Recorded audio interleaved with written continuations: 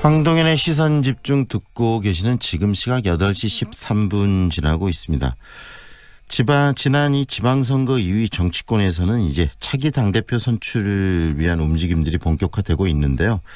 다음 달 5일 전당대회를 앞두고 있는 민주평화당도 당권주자 경쟁의 윤곽이 드러나고 있습니다.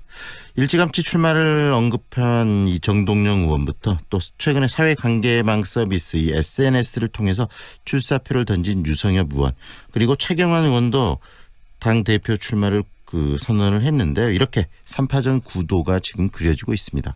오늘은 민주평화당 정동영 의원과 유성엽 의원을 전화로 연결해서 민주평화당 과연 어떻게 이끌어갈 것인지 이야기 들어보겠습니다. 정동영 의원 먼저 연결합니다. 안녕하세요, 의원님. 네, 안녕하세요. 네, 요즘 계속 이 무더위 때문에 많이들 지치시고 그러실 텐데요. 의원님께서는 요즘 어떻게 지내고 계십니까? 예, 금방 말씀하신 대로 정말 날씨는 덥죠. 네. 먹고 살기는 힘들죠. 서민들이 참 고통스러운 시간인 것 같아요. 그제 네. 가맹점 협회 간담회에 다녀왔는데요. 그러니까 최저임금 문제 때문에 지금 격앙돼 있거든요. 네. 그러니까 사실은 최저임금도 올리고 카드 수수료는 내리고 네. 납품 단가는 올려주고 이러면 뭐 최저임금 올려도 지불 능력이 있는 건데 네. 어쨌든 이제 이게 정치인데 정치가 제대로 돌아가지 않는 거에 대해서 네. 죄송스러웠습니다. 네. 지금 뭐 국민들이 날씨도 더운데 방금 말씀하시는 것처럼 이 경제가 그렇게 잘 돌아가고 있지 않기 때문에 많이 지쳐하고 또 힘들어한다는 이야기신데요. 그렇기 때문에 더 이 정치가 중요한 부분 아니겠습니까? 그렇습니다. 결국 먹고 사는 문제가 내가 게을러서가 아니라 네. 결국은 정치가 역할을 제대로 못하는 거지요. 정치라는 게 돈과 권력을 고르게 나누는 것이 좋은 정치거든요. 네. 한국은 지금 3만 불 시대라고 하지만 1년에 10,000불도 못 버는 가족이 많지요. 네. 그런 점에서 이 정치판을 바꾸는 것, 이것이 사실은 먹고 사는 문제의 해법이라고 생각합니다. 네. 결국은 지금 뭐 3만 불 시대를 하는데 실질적으로 이렇게 힘들어하는 사람들이 많은 것은 이 분배가 제대로 실현되고 있지 않기 때문이라고 의원님께서는 보시는 거네요. 경제 민주화지요. 그러니까 정치적 민주화는 이루어졌지요. 그러나 이제 경제 민주화, 그러니까 5천만 국민이 골고루 밥의 문제는 걱정하지 않고 살 정도 나라는 그렇게 됐단 말이죠. 네. 네, 여전히 밥줄 실업 문제죠. 네. 그다음에 일자리 밥줄이죠. 네. 이 문제, 그리고 또 열심히 일해도 고단하잖아요. 먹고 살기가. 네. 이런 문제, 이게 결국 정치의 문제죠. 근데 네. 지금 시기에 정치 구조, 정치판 구조 가지고는 이게 근본적으로 개선이 어렵다고 봅니다. 촛불 혁명 과정에서 들고 나왔던 구호 중에 가장 가슴에 닿았던 슬로건이 나의 삶을 개선하라는 네. 거였습니다. 그래서 대통령은 바꿨는데 아직 나의 삶은 바뀌지 않은 것입니다. 네. 그래서 정치가 이제 그 국민의 삶을 바꾸기 위해서 뛰어들어야 되고, 우리 의원님께서도 이 민주평화당이 당대표 출마를 선언하시면서 결국은 이 정치는 또 당을 중심으로 움직이면서 바꿔야 되니까 민주평화당을 이끌어 가시겠다고 지금 뛰어드셨는데 어떻습니까? 민주평화당 당대표로서의 출마의 어떤 변부터 먼저 들어볼까요? 사느냐 죽느냐, 이것이 문제로다 하는 유명한 대사가 있습니다만, 네. 민주평화당이 딱 그렇습니다. 죽느냐 사느냐. 결국 이대로 가면은 민주평화당은 장래가 없어 보입니다. 네. 그러면 어떻게 할 것이냐. 강력한 리더십이 필요하다고 봅니다. 당을 살리기 위해서는. 네. 그러려면 강력한 리더십이 뭐냐라는 건데, 그것은 경험과 추진력이라고 말할 수 있어요. 집을 짓는데 지금 대패지를 배우는 초보 몫으로는 집을 잘 지을 수가 없는 것이고, 네. 또 경험과 함께 그 돌파력, 그러니까 뭐 제 입장을 말씀드린다면 네. 개성공단 만드는 게 쉬운 일은 아니었습니다. 미국이 반대하고 국내에서도 정부 내에서도 회의론이 만만치 않았는데, 이것을 뚫고 북녘 땅에다가 거대한 공단을 만들어낸 네. 그런 돌파력과 추진력을 가지고, 또 제가 열린 우리당 시절에 5%를 밑돌던 정당을 네. 단시간 내에 30% 정당으로 끌어올린 네. 그런 경험과 자신감을 가지고 네. 민주평화당을 한번 만들어 보겠다는 생각입니다. 결국 민주평화당에 대한 어떤 새로운 혁신의 바람을 불러일으키겠다라는 말씀이신데 그것은 바로 우리 정 의원께서 오랫동안 정치를 해오신 경험을 바탕으로 하겠다는 걸로 이해가 되네요. 예. 어떻습니까, 의원님? 이 민주평화당의 현재 뭐 상황에 대한 진단부터 좀 해야지 처방도 나올 것 같은데 왜 이렇게 민주평화당의 지지, 특히 호남권 내에서 지지 기반이라는 호남권 내에서도 지지가 이렇게 미약하다고 보십니까? 어쩔 수 없는 측면이 있고요. 또 우리 스스로가 더 노력해야 하는 부분이 있겠죠. 제일 핵심은 존재감입니다. 존재감. 민주평화당이 존재해야 하는 이유에 대해서 전남북 광주 더 나아가 전국적으로 이것을 확실히 각인시키는 것이 앞으로의 과제죠. 네. 사실은 이제 2년 전에 전남 광주 전북 우리 시민들께서 국민의당 다당제로서의 제3당을 만들어주신 거거든요. 네. 정당 투표율은 전국적으로 27%, 오히려 민주당을 앞섰어요. 네. 그런데 지난 2년 동안 그 기대에 부응하지 못한 것이죠. 네. 그러나 뭐 지난 일을 탓할 것이 아니라 앞으로 네. 민주평화당이 살아남는 것이 이 광주 전남 전북의 이익입니다. 또 한국 정치의 발전입니다. 네. 말하자면 지난 70년 동안 승자 독식제도 양당제는 수명을 다했습니다. 네. 이제 우리 사회의 불평등의 문제, 공정하지 않은 문제, 또 얼마나 다양한 이해관계가 얽히고 설켜 있습니까? 정당 네. 2개만 가지고는 이런 목소리를 담아낼 수 없기 때문에 네. 민주평화당이 좀 더 굳건하게 설 때 이것이 한국 정치 발전이라는 것이고요. 네. 특히 호남은 지역이면서 또 가치잖아요, 가치. 네. 그래서 호남의 가치를 정확하게 대변하고 실현하는 정당으로서 민주평화당을 좀 세울 때다 생각합니다. 네.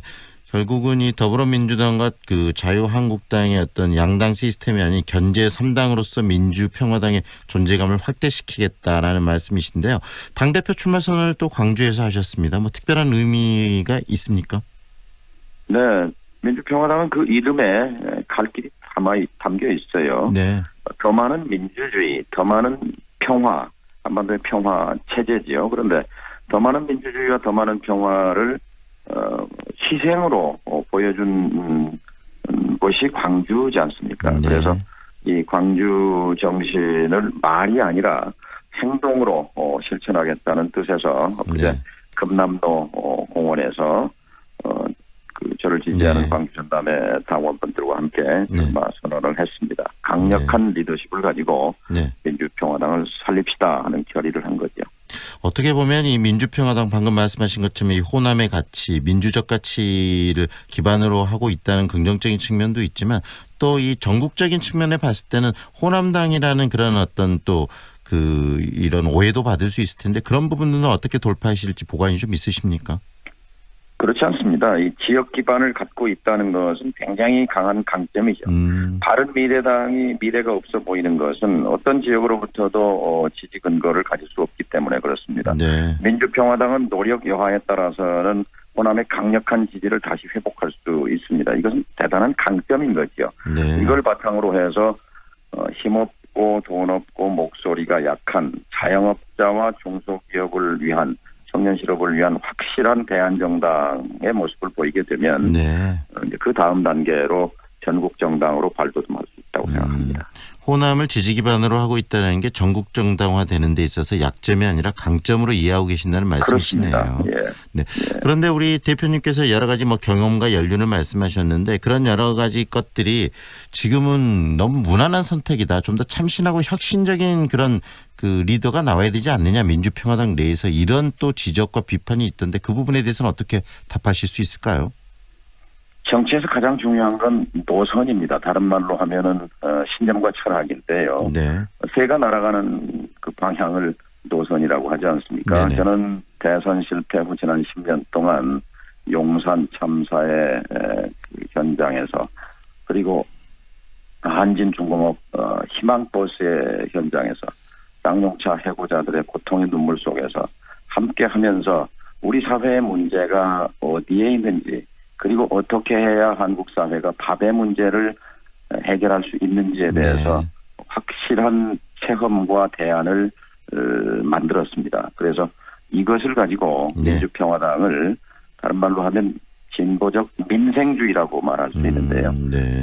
민주평화당을 그런 노선으로 이끌어 보고 싶은 열망이 있는 거죠. 그렇게 될 때 민주평화당이 살아난다고 생각합니다. 어정쩡한 중도주의 가지고는 그런 정당은 지금 시대적으로 봐서 네.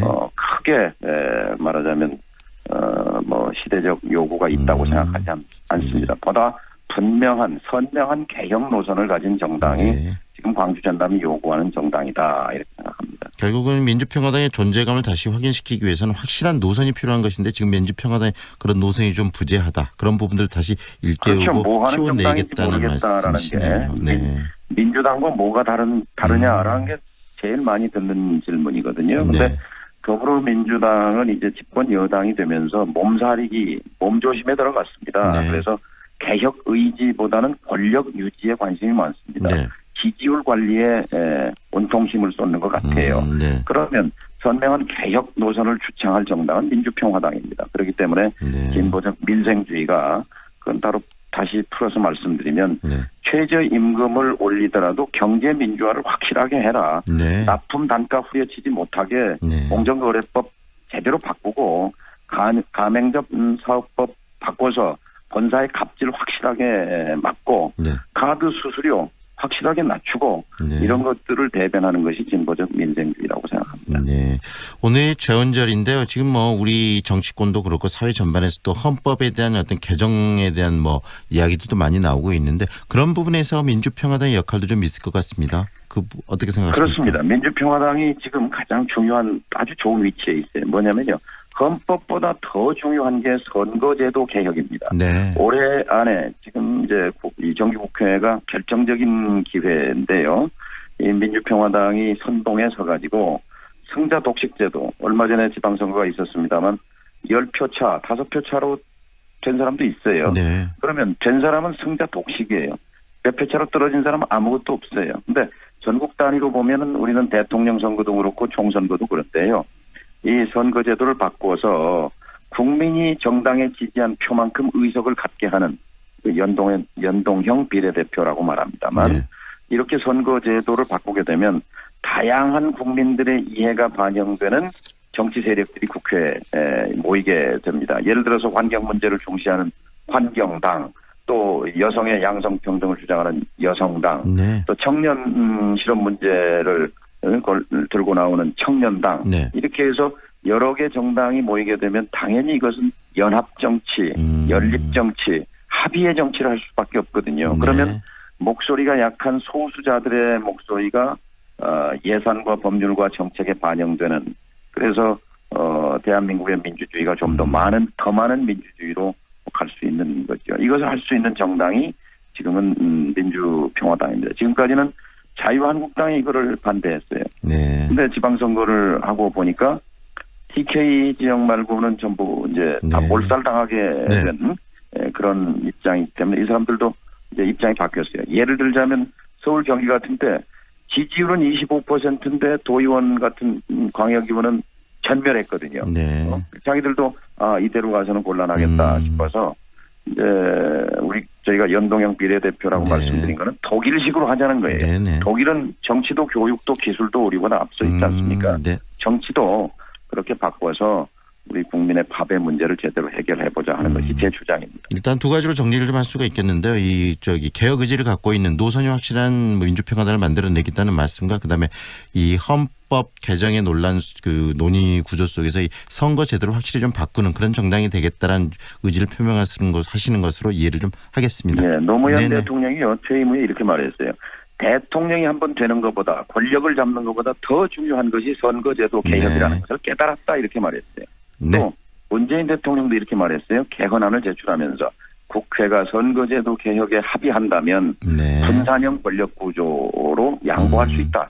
이렇게 말도 했어요. 이것이 바로 민주평화당이 살아나는 길이기도 하고 선거제도 바꾸는 것이 또 국민의 삶이 나아지는 지름길이기도 합니다. 저는 네. 그렇게 믿고 있습니다. 오늘은 여기까지 듣겠습니다. 고맙습니다. 예, 감사합니다. 지금까지 민주평화당 정동영 의원과 함께했고요.